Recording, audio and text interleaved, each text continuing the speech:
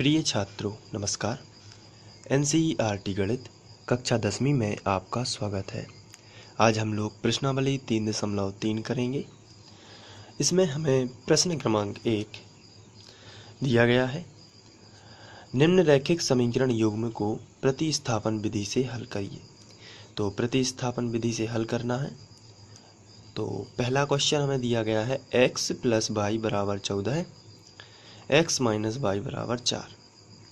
तो प्रतिस्थापन विधि को समझने से पहले आपको इसको ऐसा समझना है कि ये किस तरीके से सॉल्व होगा। तो इसके लिए सबसे पहले आपको क्या करना है, दोनों समीकरणों को लिखना है। समीकरण 1 और समीकरण 2 उन्हें बना देना है। इसके बाद प्रतिस्थापन विधि को किस तरीके से सॉल्व किया जाता है उसके बारे में थोड़ा हम रफ में समझ लेते हैं। आपको प्रतिस्थापन विधि में याद रखना है, समीकरण 1 से शुरू करना है, समीकरण 1 से, और समीकरण 1 से आपको x का मान निकाल के समीकरण 2 में रख देना है, और समीकरण 2 से जो y का मान आएगा उसे समीकरण 3 में वापस से रख देना है। ये है प्रतिस्थापन विधि।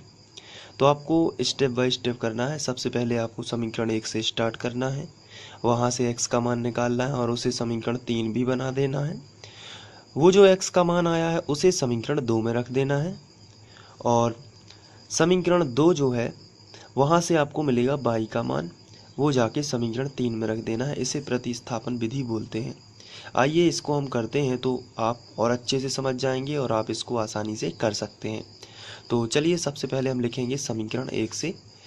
आपको प्रतिस्थापन विधि, जैसा कि इसका नाम है प्रतिस्थापन, प्रतिस्थापन का मतलब होता है प्रतिस्थापित करना या रखना। तो मान रखकर x व y के मान निकालना है। तो सबसे पहले हम लिखेंगे समीकरण 1 से।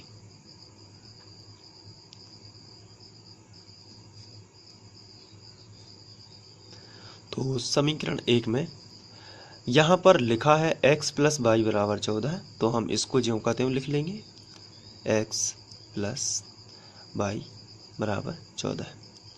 अब यहाँ से आपको x का मान निकालना है।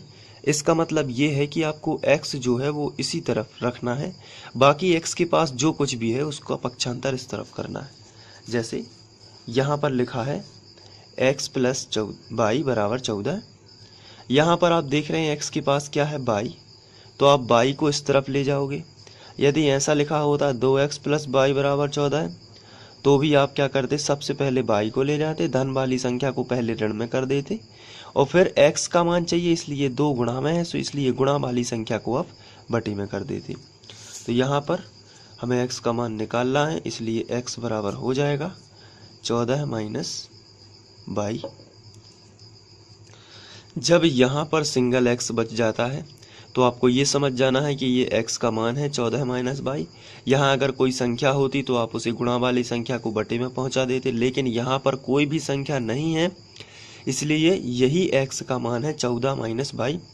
अब जैसे ही अकेला यहाँ पर x बचता है तो आपको यहाँ पर समीकरण 3 बना देना है। तो हम लोग समीकरण 3 बना देंगे। अब ये जो x का मान है 14 - y, ये हम समीकरण 2 में प्रतिस्थापित करेंगे। प्रतिस्थापित करना यानी मान रखना।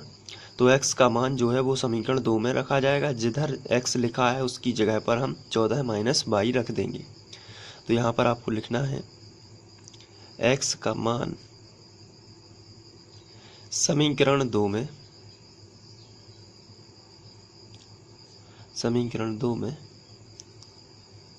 प्रतिस्थापित करने पर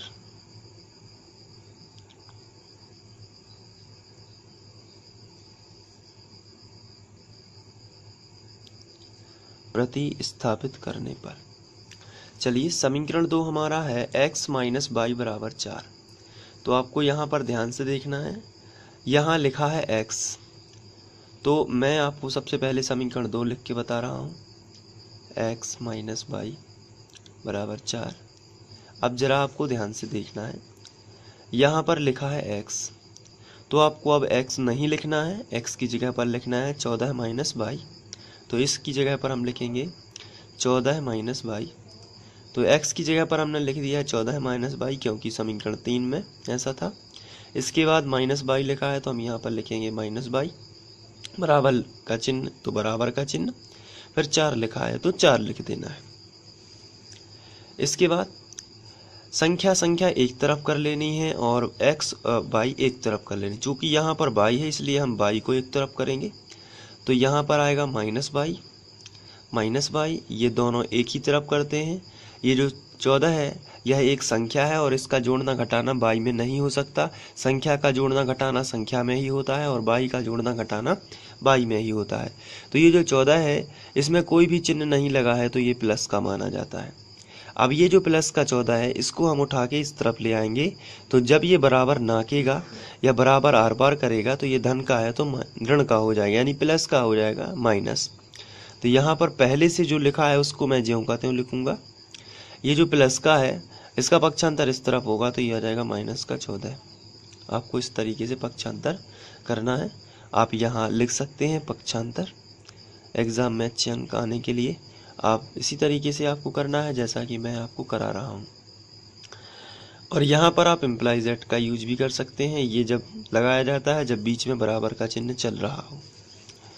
इसके बाद आगे बढ़ते हैं। यहाँ पर माइनस बाई है, यहाँ पर भी माइनस बाई है, तो ये दोनों टोटल हो जाएंगे -2 बाई। माइनस माइनस के जुड़ जाते हैं, बराबर -14 प्लस 4। तो यहाँ पर आपको बड़ी संख्या में से छोटी संख्या घटा देनी है, लेकिन चिन्ह हमेशा बड़ी संख्या का ही रहेगा। तो 14 में से 4 जाएगा तो यहाँ पर आएगा 10, लेकिन चिन्ह जो है वो बड़ी संख्या का ही रहेगा। अब यहाँ भी ऋण है और यहाँ भी ऋण है, दोनों तरफ से ऋण कैंसिल हो जाएगा, तो हमें मिलेगा 2 बाई बराबर 10। और यहाँ पर यदि हम जो 2 है ये गुणा वाली संख्या है, तो इसका जब हम पक्षांतर इस तरफ करेंगे तो बराबर किस तरफ आएगा, तो भाग में आ जाएगा। आपको ध्यान रखना है गुणा वाली संख्या का पक्षांतर भाग में होगा, तो बाई बराबर आएगा 10/2। जब आप इसको कैंसिल आउट करेंगे तो 2 पंचे 10, तो बाई बराबर आएगा 5। अब ये जो बाई का मान आया है इसको आप ब्रैकेट में बंद कर सकते हैं, और इस बाई के मान को यदि आप यहाँ समीकरण 3 में रखेंगे तो x का मान आ जाएगा। तो चलिए रखते हैं बाई का मान समीकरण 3 में रखने पर, प्रतिस्थापित करने पर बाई का मान समीकरण 3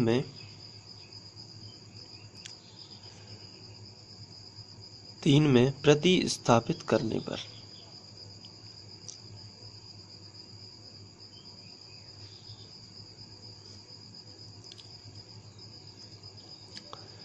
तो हमारा जो समीकरण 3 है उसको मैं सबसे पहले लिख देता हूँ।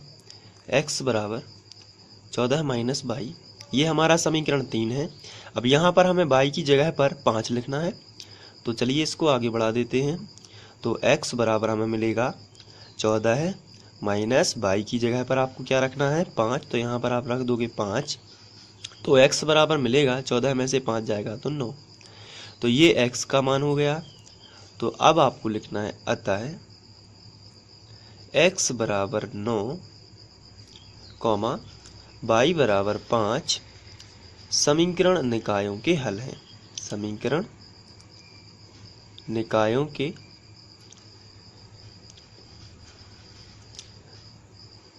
हल हैं। तो ये समीकरण के हल हो जाएंगे। इस तरीके से आप पहला क्वेश्चन बड़े ही आसानी से कर सकते हैं और इसे नोट भी कर सकते हैं। आप यहाँ से इसको नोट कर सकते हैं, ये शुरू से है तो आप यहाँ से नोट कर लीजिए और वीडियो को पॉज करके और अपने नोट्स बना सकते हैं इस तरीके से। तो चलिए